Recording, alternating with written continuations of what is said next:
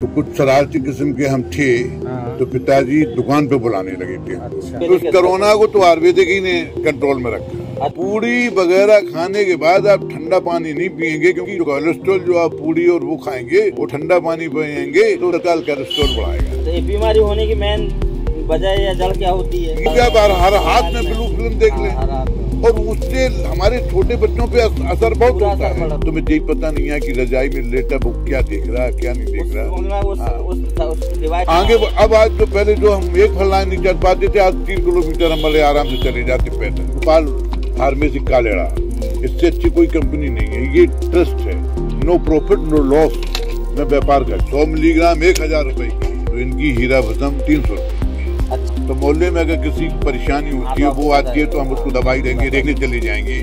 उसकी कोई समस्या, उसका निराकरण वो भाव होना चाहिए। ये नहीं कि हमारे पास रखी अरे मरद जो मरने थे वो ये। आपका नाम गुरुजी? मुझे के गहोई कहते हैं। के गहोई, अच्छा।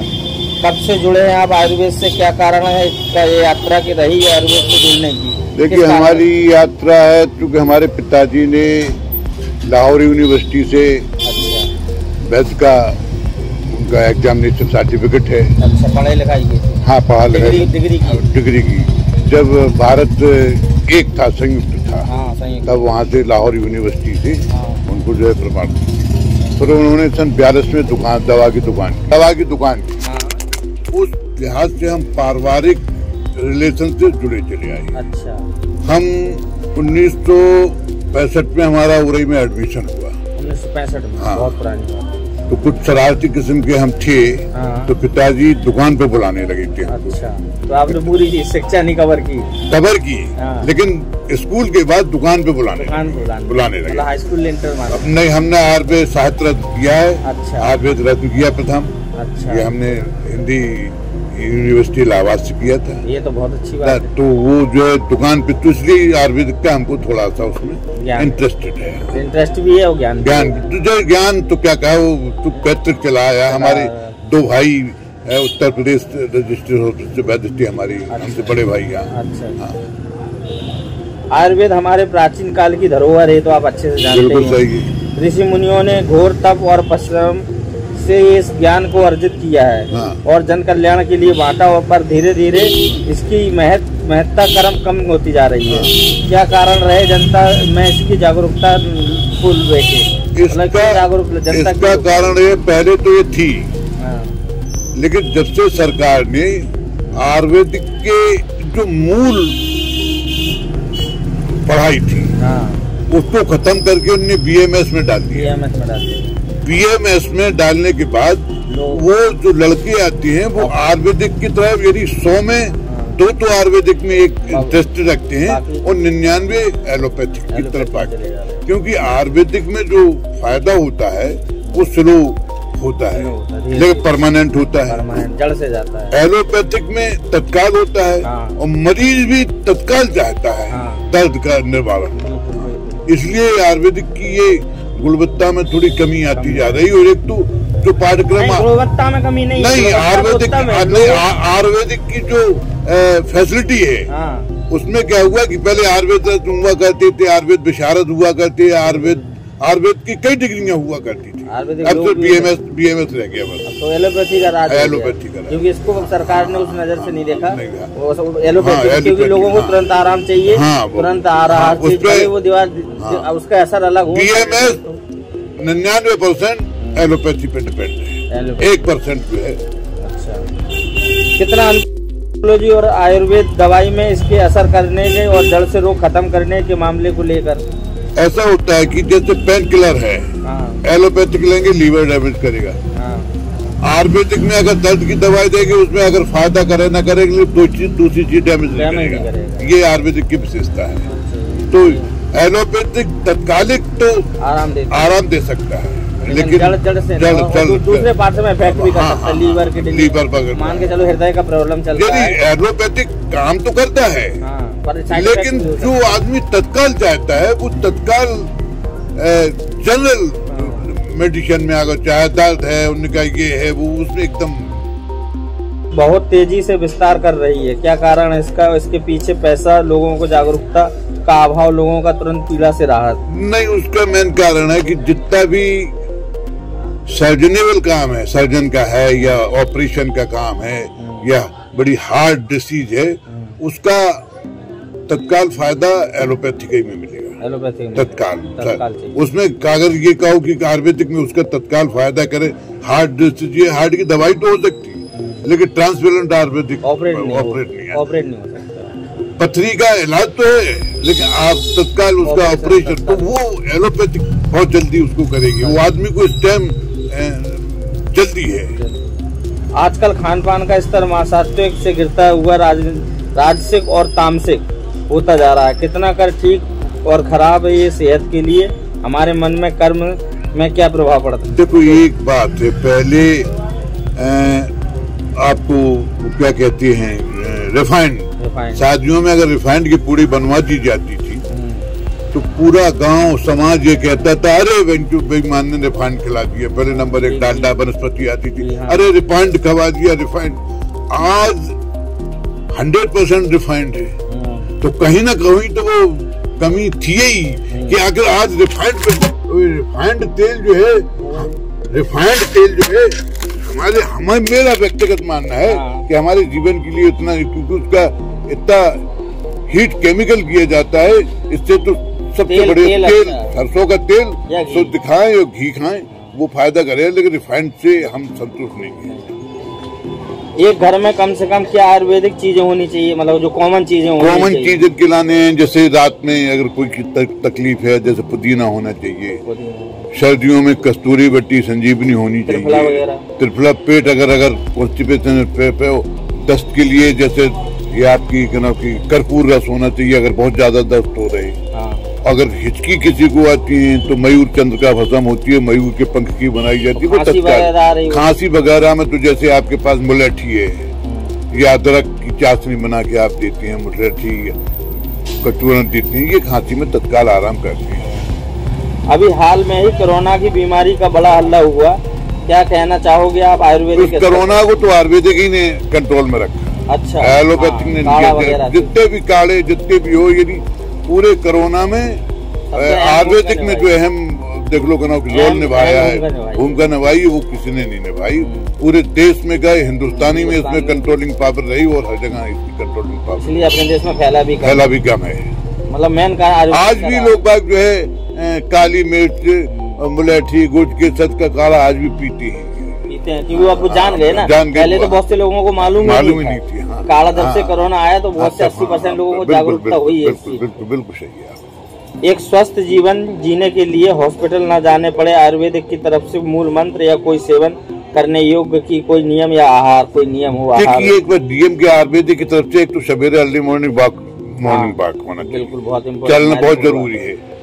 ज्यादा फैटी चीजें ना खाएं लेकिन अति ना करें, अति ना करें। टेस्ट पूड़ी वगैरह खाने के बाद आप ठंडा पानी नहीं पिएंगे, क्योंकि जो कोलेस्ट्रॉल जो आप पूड़ी और वो खाएंगे और ठंडा पानी पिएंगे तो तत्काल कोलेस्ट्रॉल बढ़ाएगा। तो ये बीमारी होने की मेन वजह या जड़ क्या होती है? ये मेन आदमी की आलस है, उन्हें कि लेटरिन जाना है, बैठ लेटे हैं, नहीं जा रहे।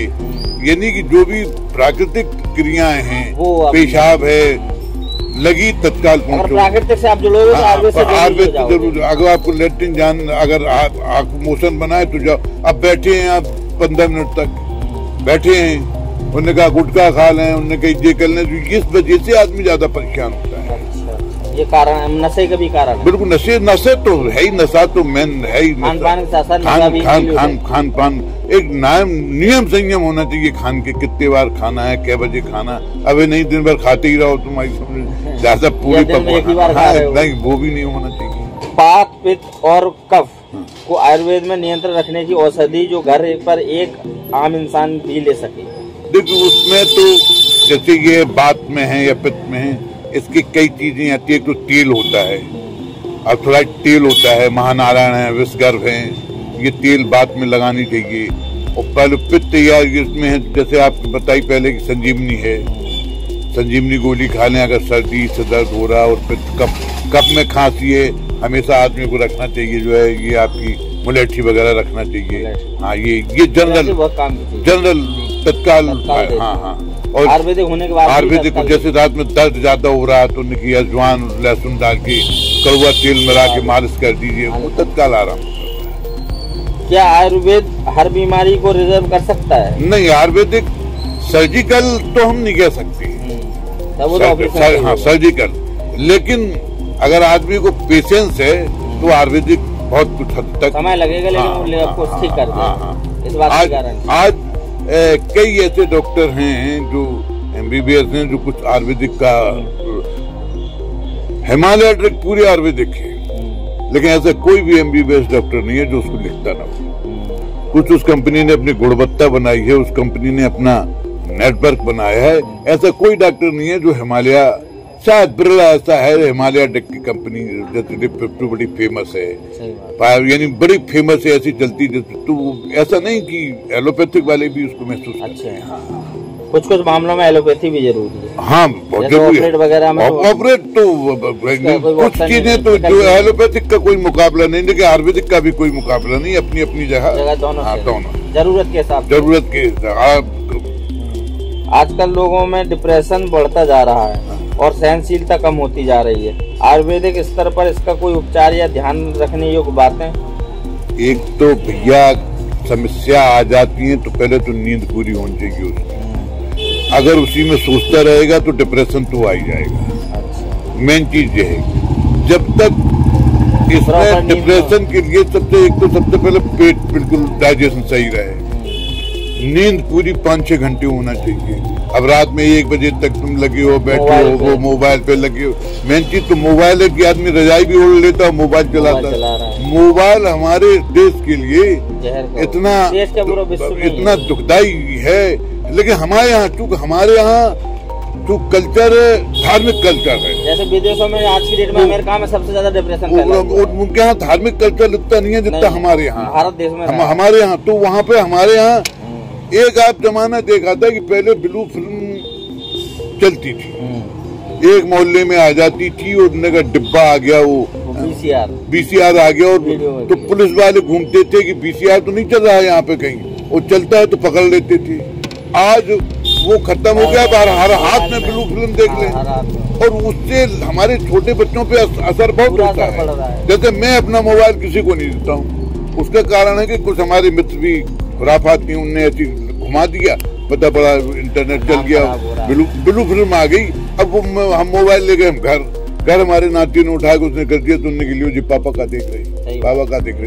हाँ, तो वो मैं किसी को देते ही नहीं हूँ। सदुपयोग भी है, मोबाइल में दोनों चीजें। मैं किसी को नहीं देता मोबाइल की, कभी बाई चांस अगर तुमने दबा दिया तो वही वाल हो गया, बंदूक हमें मिल जाए, हम रक्षा करना चाहिए या फिर हम उनसे। तो बच्चे की सबसे बड़ी समस्या ये होती है कि बच्चों को, अगर बच्चों को गौर नहीं, अब तुमने खरीद के दे दिया, तुम्हें यही पता नहीं है कि रजाई में लेटा वो क्या देख रहा है, क्या नहीं देख रहा, उस डिवाइस का यूज क्या करना है, वो हमारे हाथ में है ना। अरे भाई औजार है, वो भाई बहुत ज्यादा है, टच न दो भाई, कहीं भेज रहे फिर टच न दो।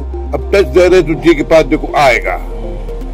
खाने में अगर हर चीज परोसोगे, हम चाहे जितने डायबिटीज वाले हों, लेकिन थोड़ी नहीं थोड़ी तो हम खाइए। कितना भी वो बहुत ज्यादा कंट्रोल करने वाला आदमी होगा तब, नहीं तो वो तो खा ही देगा। पता पड़े डायबिटीज वाला और मीठा ज्यादा खा जाता है। सही बात है, और मीठा और ज्यादा। बच्चे नहीं, बच्चों को रोको, ये कम मत करो, बच्चे वही काम और करते हैं। बिल्कुल। ऐसे खाने पीने को अगर रोका जाए तो ये लगता है उनका मन ज्यादा चलेगा। जैसे जिस दिन हम व्रत रहते हैं तो उस दिन टिक्की बतासे बहुत याद आएंगे, और जब व्रत नहीं होगा तो याद नहीं आएंगे। एज के हिसाब से हमको, जैसे रात में वो क्या नाम की हमको तकलीफ हुई, हम एक दिन शादी में गए तो अपनी रेलवे वाली चट्टी चढ़ गए, उतर गए, तो रात को हमको ये नहीं अटैक पड़ा, यानी पूरा ये दर्द हुआ चेस्ट, तो हमको लगा कि ये फेन हो रहा।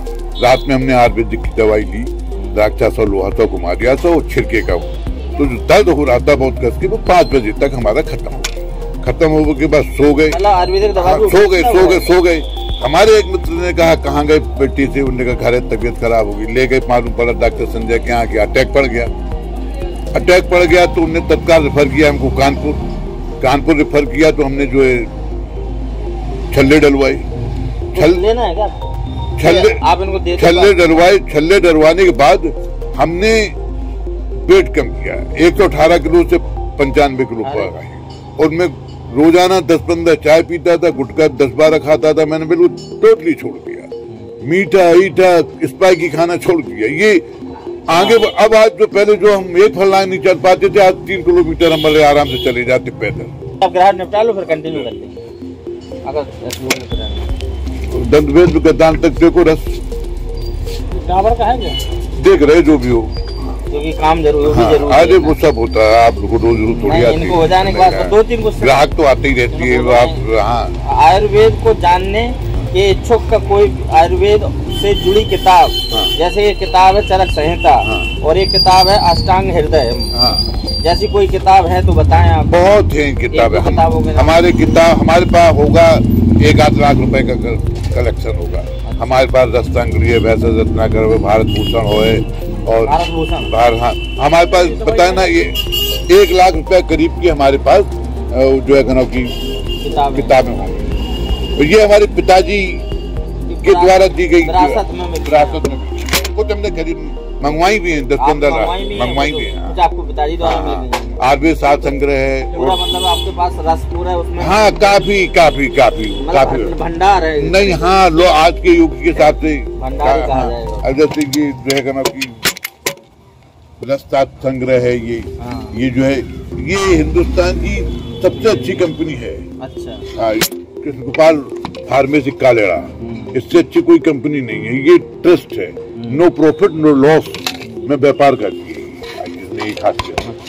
देश भर के अपने अन्य आयुर्वेद वर्ग के लिए मैसेज, जिन्होंने आयुर्वेद को जीवित रखने में पूरा साहस और शक्ति लगाई हुई है, उनके लिए आपका क्या मैसेज है, क्या संदेश देना चाहोगे? भाई ये एक बात बता दे, जैसे श्री गोपाल कालेड़ा, इन्होंने प्रॉफिट के हिसाब से कोई काम नहीं किया। इन्हें तो और कंपनियां हैं, वो तो अपना प्रॉफिट भी देख रही है और आयुर्वेदिक। उदाहरण के तौर पे बाबा, अपने रामदेव बाबा से हम ज्यादा इनके बारे में आप कुछ कहना नहीं कुछ नहीं, हम ज्यादा जो है ना। देखिए एक बात बता दे कि जैसे श्री गोपाल कालेड़ा वाले, ये जो बाकी आयुर्वेदिक में इनका अगर यहाँ पे जनरल लोगों की हीरा भस्म 100 मिलीग्राम 1000 रुपए की है, तो इनकी हीरा भस्म 300 रुपए की है।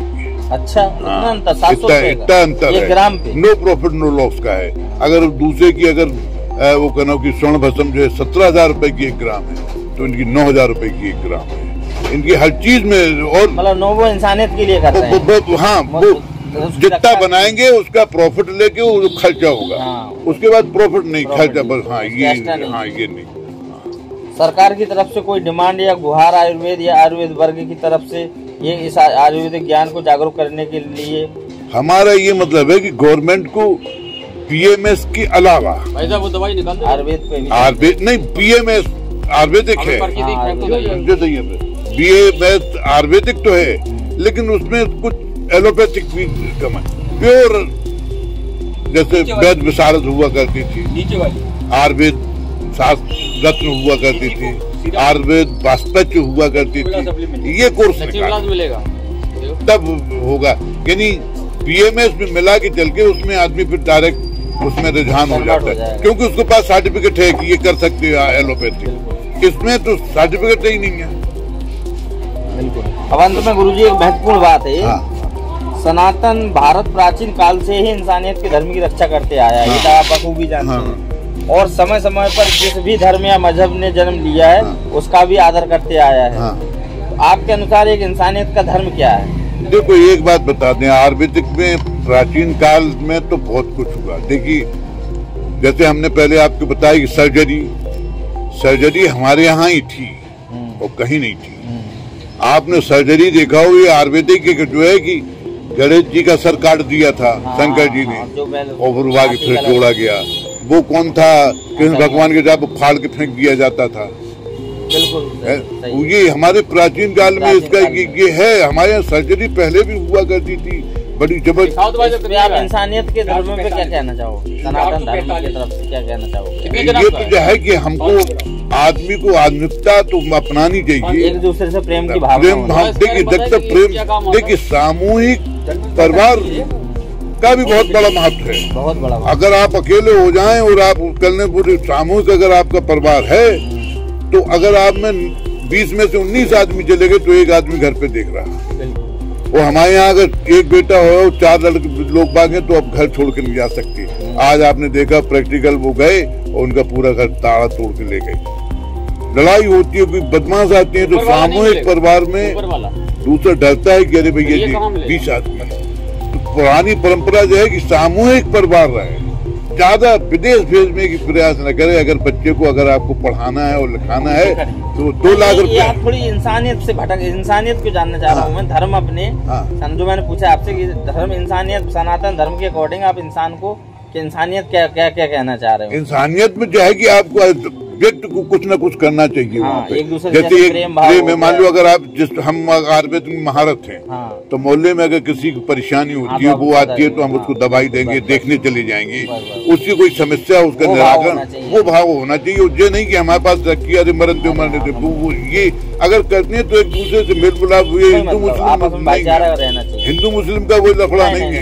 वो तो कोई भी धर्म, जब वो तो मैंने पहले ही कहा कि सनातन धर्म हर धर्म का स्वीकार करते आया है, हर धर्म की। ठीक है चाचा, बहुत बहुत धन्यवाद।